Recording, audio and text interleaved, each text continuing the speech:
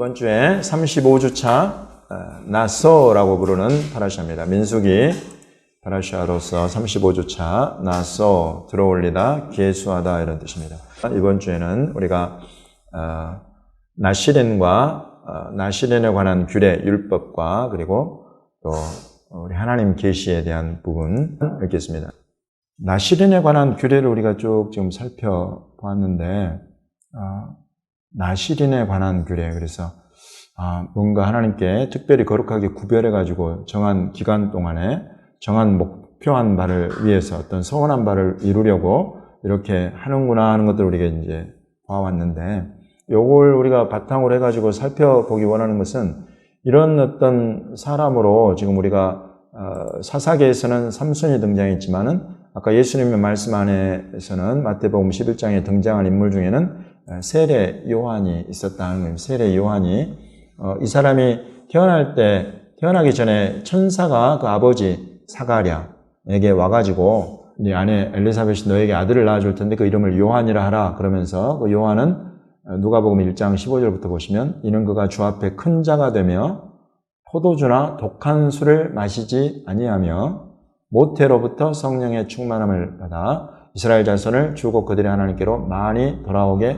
하겠습니다 라고 말하죠. 그래서 큰 자가 되고 포도주나 독한 술을 마시지 않는다, 이런 부분들을 보면 확실하게 나시린으로서의 삶을 이 사람도 역시 태어나면서부터 받은 사람이구나 하는 것을 우리가 알 수 있어요. 그러면서 이 사람은 큰 자다라고 천사가 이야기를 하죠. 근데 예수님은 이 세례 요한에게 뭐라고 그러셨어요? 천국에서 작은 자보다 작다라고 이야기했는데 그 앞에는 뭐라고 그래요? 여자가 낳은 자 중에 이보다 큰 자가 없다. 그 세례 요한은 가장 큰 자다 이거예요. 뭐 때문에 여러분 세례 요한이 그런 평가를 받았어요? 우리가 큰 자 그러면 일반적으로 당시에 뭐 여러 제국을 호령하던 그런 이런 사람들 생각할 수 있잖아요. 뭐 로마 제국도 있고 헬라 제국도 있고 여러 바사, 바벨론 여러 제국들을 다스렸던 그런 사람들도 있는데 우리가 그럼 뭐 때문에 이 사람은 이렇게 크다라고 했을까요? 기준이 뭘까요? 주님 앞에서 큰 자라는 거예요. 그러니까 세상 사람들이 알아주는 큰 자가 아닌 거예요. 여기서 지금 말하는 것은 주님 보시기에 큰 자다 이게. 그럼 주님 보시기에 큰 자라는 것은 주님과 주님의 나라를 위한 큰 일을 맡겼다는 거예요. 그래서 이 사람은 이제 큰 자라고 하는 거거든요. 도대체 어떤 일을 맡겼길래 이 사람은 여자가 낳은 자 중에 가장 큰 자라는 그런 칭호를 얻었을까라고 보면 이게 딱 정답이에요. 메시아의 오실 길을 준비한 사람이다. 그리고 하나 더 나가, 요걸 조금 더 쉽게 풀면 메시아의 오실 길을 준비해가지고 오신 메시아를 딱 집어서 정언한 사람. 그러니까 준비하는 차원 정도가 아니라 준비하다가 딱 메시아를 탁 만나가지고 이 사람이 바로 그 사람이다라고 증언한 사람이 바로 세례 요한.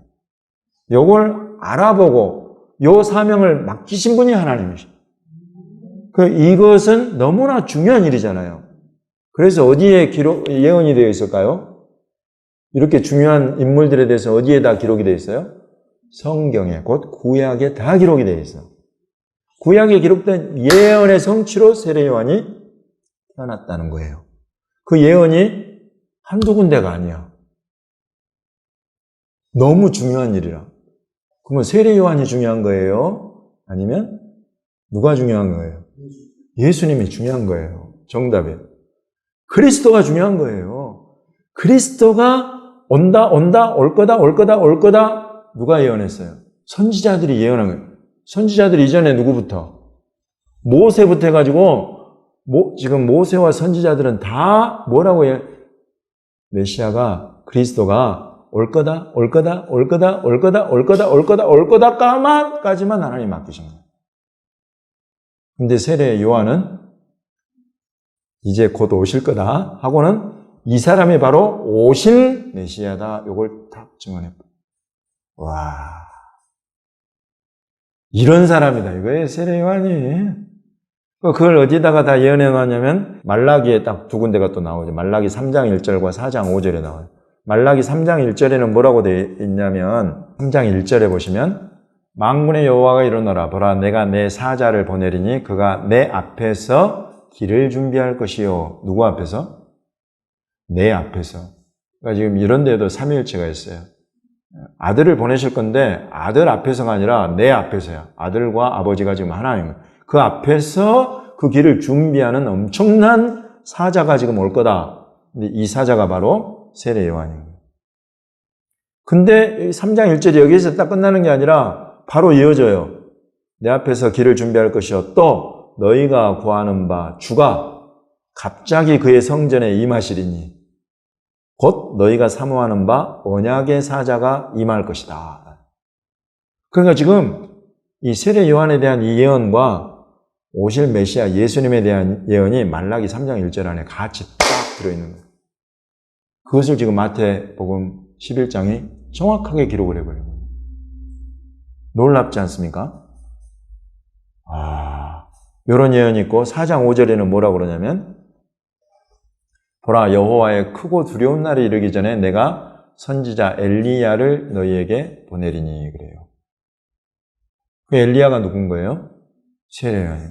예수님이 14절에 마태복음 11장 14절에 만일 너희가 즐겨받을진대 오리라 한 엘리야가 곧 이 사람이니라. 천사도 그래요. 그 사가랴 제사장을 찾아와가지고 이름을 요한이라고는 그때 그래요. 그가 엘리야의 심령으로 많은 백성을 주께로 돌이킨다 하는 그걸 또한 천사가 이야기해요. 하나님의 계획은 완벽하게 일치되어가지고 지금 이런 일들을 이루어가고 있다. 구약의 예언. 모세 때부터 앞으로 선지자가 하나 올 건데 이러면 계속 올 거다 한 모세와 선지자들의 글로부터 해서 그 선지자들의 말라기에 그 예언의 성취로 세례 요한이 오고 바로 이어서 예수님이 6개월에 태어나잖아요. 그래서 이 둘이 딱 이어져 버려요. 이것을 말하고 있는 것이 오늘 우리가 지금 굉장히 중요한 장을 읽은 거예요. 마태복음 11장에 11장 11절 내가 진실로 너에게 말하노니 여자가 낳은 자 중에 세례 요한보다 큰 이가 일어남이 없도다. 그 배경이 되는 성경 예언과 성취에 대해서 제가 여러분에게 쭉 말씀을 드렸습니다. 그러나 천국에서는 극히 작은 자라도 그보다 크니라. 예수님을 믿는다는 거, 믿으면 일어나는 일이 뭐예요? 구원받는, 죄사함 받는, 뭐가 돼? 하나님의 자녀가 된다. 거기 어디 있어요? 요한복음 1장 12절에 그 전절부터가 실은 중요해요. 11절부터가. 자기 땅에 오매 자기 백성들이 영접하지 않았으나. 그러면 이 자기 땅은 어디예요? 이스라엘이에요. 자기 백성은 누구예요? 이스라엘 백성들, 유대인들인 거예요. 이들이 영접하지 않았으나 12절 영접하는 자, 곧 그 이름을 믿는 자들에게는 하나님의 자녀가 되는 권세를 주셨으니 이는 혈통으로나 육정으로나 사람의 뜻으로 나지 아니하고 해요. 혈통으로나 육정으로나 사람의 뜻으로 난 자들 중에 가장 큰 자가 누구예요? 그게 바로 여자가 낳은 자라고 하는 그 표현하고 딱 일치하는 거예요. 여자가 낳은 자 중에 가장 큰 자 세례 요한인 거예요. 혈통과 육정과 사람의 뜻 이런 것들 안에 있는 것이 실은 지금 모세 율법과 선지자들 글과 선택과 선택받은 백성 이스라엘 이런 이 범주인 거예요. 그러나 그것으로가 아니라 하나님께로부터 난 자들이니라. 누가 낳은 거예요? 여자가 낳은 거예요? 하나님이 낳은 자들인 거예요. 하나님이 낳은 자. 이 차이가 되어버려요. 여러분 그 차이를 아시겠어요? 네, 세례 요한은 여전히 여자가 낳은 자 중에 가장 큰 자예요. 여자가 낳은 민족들 중에 그러니까 아담과 하와의 태로부터 나온 모든 인류, 모든 민족과 만민과 나라들 가운데에 단 하나의 나라와 민족만 하나님이 택하셨어요. 그게 이스라엘. 그래서 여자가 낳은 자 총칭에 있어서 이스라엘이 또 그 대표격이에요. 그 가운데 가장 큰 자. 그러니 전 세계 모든 인간이라고 우리가 부를 수 있는 모든 사람들 중에 가장 하나님 보시기에 큰 자가 세례 요한이에요. 그러나 그것은 여전히 여자가 낳은 자죠. 그러나 예수 그리스도를 영접하는 자, 한다는 것은, 예수님을 내 마음의 구주로 모셔드린다는 것은 이게 여자가 낳는 일이 아닌 거예요. 하나님이 낳은 거예요. 저와 여러분을 하나님이 낳으셨다는 거예요. 그 믿음으로 아들 안에서. 그럼 어떤 일이 일어나냐면 죄가 없어져 버려요. 기가 막힌 일이 일어나는 거예요. 그래서 예수님이 이런 걸 지금 어디다가 딱 그 다음에 뭐라고 말씀하시는지 우리 보면 이게 아주 중요해요. 세례 요한의 때부터 지금까지 12절이에요. 마태복음 11장 12절. 세례 요한의 때부터 지금까지 천국은 침노를 당하나니 침노하는 자는 빼앗느니라. 13절에 모든 선지자와 율법이 예언한 것은 요한까지니. 14절에 만일 너희가 즐겨받을진대 오리라 한 엘리야가 곧 이 사람이니라 라고 말씀하신 내용이 실은 지금 이런 내용인 거예요. 세례 요한의 때부터 지금까지 천국은 침노를 당한다. 모든 선지자와 율법이 예언한 것은 요한까지다. 지금 때를 구분하고 있어요. 하나님의 구속사를 풀어가시는 그 때를 지금 예수님이 구분해주고 계시다는 거예요. 모세와 선지자와 율법의 때가 있다는 거예요. 그때는 무슨 때냐면 오실 메시아를 예언하는 때예요. 메시아는 아직 안 오셨어요. 단지 오실 것을 계속 예언하고 약속하는 때예요. 이때가 딱 지나고 누가 왔냐면 세례 요한이 딱 왔어요. 세례 요한이 무슨 일을 했게요? 왜 세례라는 말이 붙었어요? 세례를 줬어요. 뭘로? 물로 세례를 줬는데 그 세례를 뭐라고 불러요? 침례라고 부르는데, 물세례라고 부르는데 또 다르게 부르는 말이 있는데 회개의 세례예요. 회개의 세례예요. 모세 율법과 선지자들이 오실 메시아를 예언하면서 우리에게 깨닫게 하는 것이 뭐냐면 죄야. 율법으로 말미암아서 우리가 죄인인 것을 깨우쳐. 근데 이것을 인정을 안 하네. 하나님께서 세례 요한을 보내서 물로 세례를 주게 하는데 그것이 바로 회개의 세례입니다. 내가 죄인입니다. 자복하면서 나왔다는 거예요. 그 회개의 세례터에, 물 세례터에. 예루살렘과 온 유대와 그쪽 요단강 주변의 모든 사람들이 다 몰려 나왔대. 내가 죄인입니다. 요거 하나님이 듣게 하시는 거예요. 자기 죄를 자복하게 하는 거, 이게 회개의 세례예요. 이 회개의 세례를 받으러 나온 사람들이 보고는 야, 혹시 저 사람이 약속한 메시아 아니야? 그러니까 세례 요한이 뭐라 그러냐면 야, 나는 아니야. 내 뒤에 오시는 분이 있는데 나는 그분의 신발끈 묶고 푸는 것조차 감당 못할 정도의 그런 하찮은 사람이요 라고 말을 하는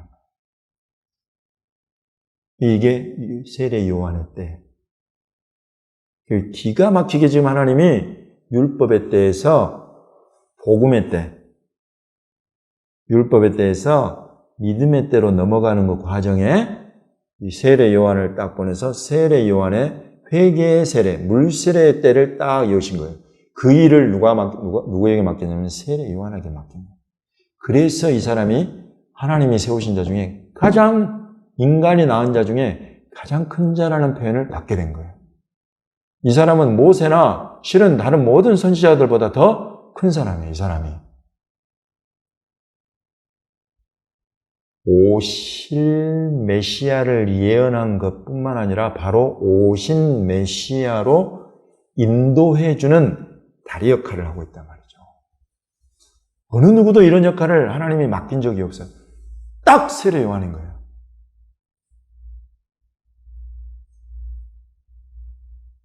그래서 예수님이 세례 요한한테 뭘 받으러 가셨어요? 세례를 받으러 가셨어요. 세례 요한이 깜짝 놀라가지고 내가 당신한테 세례를 받아야 될 건데 당신이 나한테 오십니까? 그러니까 예수님의 답이 이제 허락하라. 이렇게 하여서 하나님의 모든 의를 이루는 것이 합당한 것이다. 그러니까 세례 요한이 물로 세례를 주었다는 거예요. 이거 뭐예요? 하나님이 정하신 때를 우리는 알고 깨닫고 인정할 줄 알아야 된다. 그때에 일어나는 일들을 우리는 알고 깨닫고 인정하고 순종해야 된다는 거예요. 이거 굉장히 중요한 겁니다. 그래서 여러분, 모세에게 율법을 주신 때는 모세의 율법밖에 없어요. 그 율법의 때에는 율법에 어떻게든지 복종하고 순종하고 10계명으로 대변되는 그 일들에 진짜 목숨 걸고 하나님을 순종하고 섬기는 하나님 사랑, 이웃 사랑을 그렇게 해야 되는 거예요. 근데 이걸 통해서 이제 알게 된 게 우리가 죄인이구나. 우리가 이거 안 되는구나. 죄를 깨닫게 된다. 그 일을 완전하게 죄를 깨닫고 자복하게 하면서 회개로 이끌어가는 일을 맡긴 그때 그 주인공이 세례 요한. 예수님이 이걸 인정하시고 이런 하나님의 뜻에 순종하신 거예요. 자기가 세례 요한보다 위대한 것을 어찌 모르시겠어요. 그러나 하나님이 이 구속사를 이끌어 가시는 모세의 때, 선지자들의 때, 그리고 세례 요한의 때, 회개의 물세례의 때, 이거 하나님이 이 땅에 지금 허락하신 일들이요, 하나님이 허락하신 때다 이거예요. 그래서 나는 거기에 엎드린다, 순종한다. 여러분, 이게 하나님 경외하는 것입니다. 그때를 지나니까 이제 천국은 침노하는 자들의 것이다. 이거 뭐예요? 굉장히 어려운 표현이죠? 천국이 열렸다는 거예요. 천국은 이제 힘을 쓰면 들어갈 수 있게 된 곳이 되어버렸어요. 여러분, 침노나 침략이라는 이런 표현은 본래 자기 것 아닌 것을 빼앗을 때 하는 표현들이잖아요. 천국이 저와 여러분에게 상관이 있었어요? 전혀 없었던 사람들이요. 심지어 이스라엘 유대인들조차도 그들의 본래 자기들 거였는데 그것과 상관없이 사는 사람들이 되어버렸던 거예요. 그래 이제 천국은 이제 침략하는 자들의 것이다. 이런 표현이 이제 그래서 나옵니다. 아무 상관이 없이 살던 사람들이 이제는 천국이 열려가지고 힘만 쓰면 누구나 다 들어갈 수 있게 되어버려요. 그 천국 문을 열어주신 분이 누구예요? 이분이 바로 메시아. 메시아가 나타나니까 이런 일이 일어나고 메시아가 나타나니까 어떻게 이런 일이 가능하냐면 죄와 사망의 문제를 완전히 해결해버리기 때문에 이 일이 가능하다. 그래서 예수님이 이런 선포를 지금 하고 계시는 겁니다.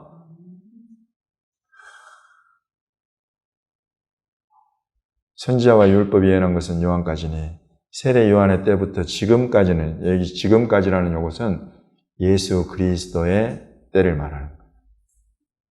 그때가 지금까지 이어지고 있는, 오늘까지 이어지고 있는 것입니다. 그래서 우리가 예수 그리스도를 통해서 하나님 나라에 그냥 들어가 버리는 거예요. 우리가 이것을 하나님 은혜로 받았지만 우리가 이 예수님을 영접했잖아요. 우리와 상관없는 어떤 나라를 우리가 확 침략해 들어가는데 우리가 힘을 쓴 거예요. 그런 대상이 지금 여기 있다. 그렇게 욕심내고 그렇게 갈망할 대상이 여기 있는데 그것이 바로 천국이다. 그 천국을 위해서 너희가 지금 폭력을 행사하고 그것을 탁 취해버린다. 이런 표현을 예수님 쓰고 계십니다. 곧 아까 자기 땅에 왔으나 자기 백성은 영접하지 않았다 이거예요. 그러나 영접하는 자, 이 표현인 거예요. 침노하는 자, 폭력을 써서라도 이것을 얻으려고 하는 자고 예수 그리스도를 영접하는 자.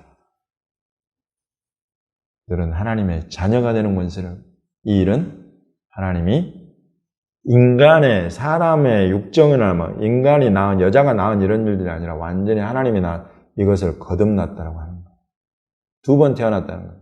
우리가 다 한 번씩은 못해서 태어났지만 바로 이렇게 태어나는 것은 하나님이 우리를 다시 태어나게 하시는 일이다. 이렇게 풀어지는 거예요. 그러면서 예수님이 말씀하십니다. 귀 있는 자는 들으라. 성령이 열어주시니까 이제 귀 있는 자가 되어버린 거예요. 예수님이 하신 말씀이 무슨 의미인지 무슨 뜻이니까 확 열려버립니다.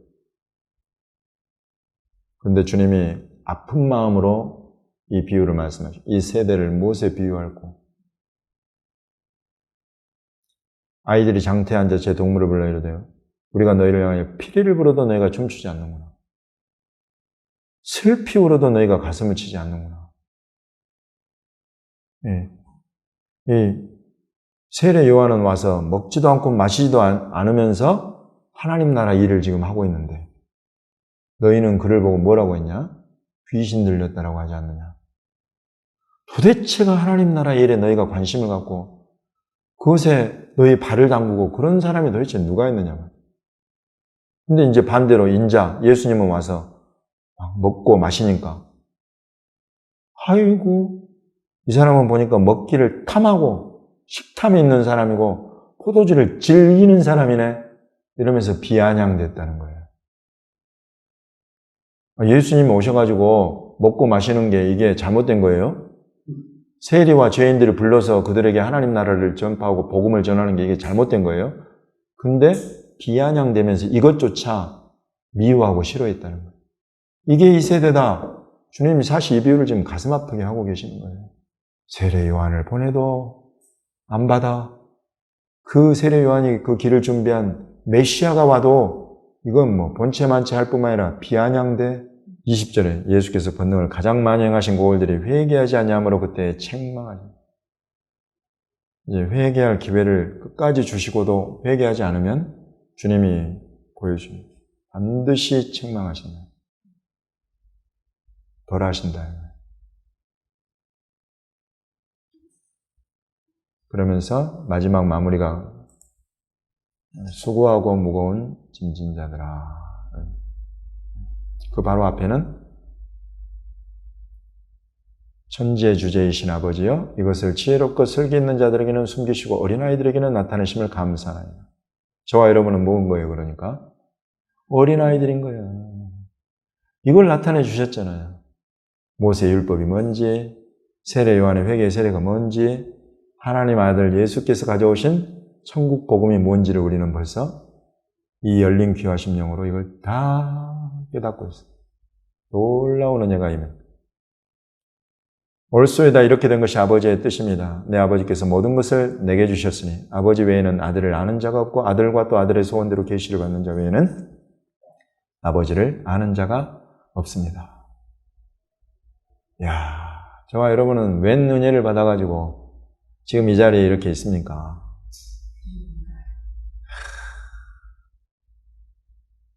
그래서 수고하고 무거운 짐진 자들, 이 가장 기본적으로는 죄짐이에요, 죄짐.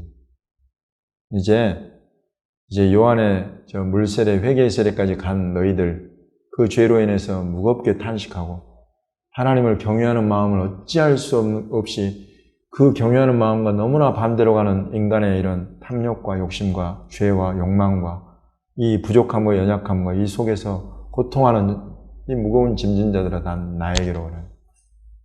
나는 너희를 완벽하게 너희에게 쉼을 줄 수 있다. 우리 하나님은 구속사, 하나님의 역사 전체를 지금 그 때를 딱 계획하고 그 때에 맞게 일하고 계신다. 이게 확 눈에 들어오더라고요. 저와 여러분의 한 사람 한 사람 인생에도 여러분 우리 하나님은 동일하시잖아요. 때를 다 갖고 계시다. 율법의 때, 회개의 물세례 때, 복음의 때, 성령 세례 때. 이런 것들을 하나님은 다 정하고 계시는. 그렇듯이 저와 여러분의 인생에도 우리 하나님은 그 때를 계획하고 정하고 계신다. 그 때에 합당하게 고난에 되면 고난에 순종하고 연단이면 연단에 순종하고 훈련이면 훈련에 받기에 순종하고 사역이면 사역하면서 사역으로 순종하고 이것이 지금 여기 요구에서 우리에게 주는 교훈이다. 고난과 연단의 때에 엎드려서 그것에 감사하고 순종할 줄 모르는 사람은 좋은 영광의 때, 부요함의 때가 와도 그곳에서 하나님의 뜻을 순종할 것 같아요? 아니다 말이죠. 아니다 말이죠. 이 힘들고 어려운 때에 하나님 앞에 엎드려서 하나님 제게 주신 이거 감사함으로 내가 오늘도 받습니다. 우리 하나님 뜻에 내가 순종하면서 갑니다. 어려우면 어려운 대로 우리 하나님 계획하신 뜻이 계시고 어려우면 어려운 대로 나를 단련하고 훈련하시는 뜻이 계시니 하나님 내가 이때에 합당한 믿음으로 이때에 합당한 순종으로 내가 계속 예수 그리스도 붙잡고 가겠사오니 내게 은혜를 베풀어 주옵소서. 이런 것이 바로 순종과 경외함의 본이다. 여러분 어느 때에 이르렀든지 그때에 합당한 믿음으로 감사로 예배하는 저와 여러분이 되시기를 예수님의 이름으로 축복합니다. 반드시 하나님은 저와 여러분을 향해서 계획하신 그 때가 다 있다. 단련하신 때가 있고 세우시는 때가 있고 고난의 때가 있고 영광의 때가 있다. 아멘. 할렐루야.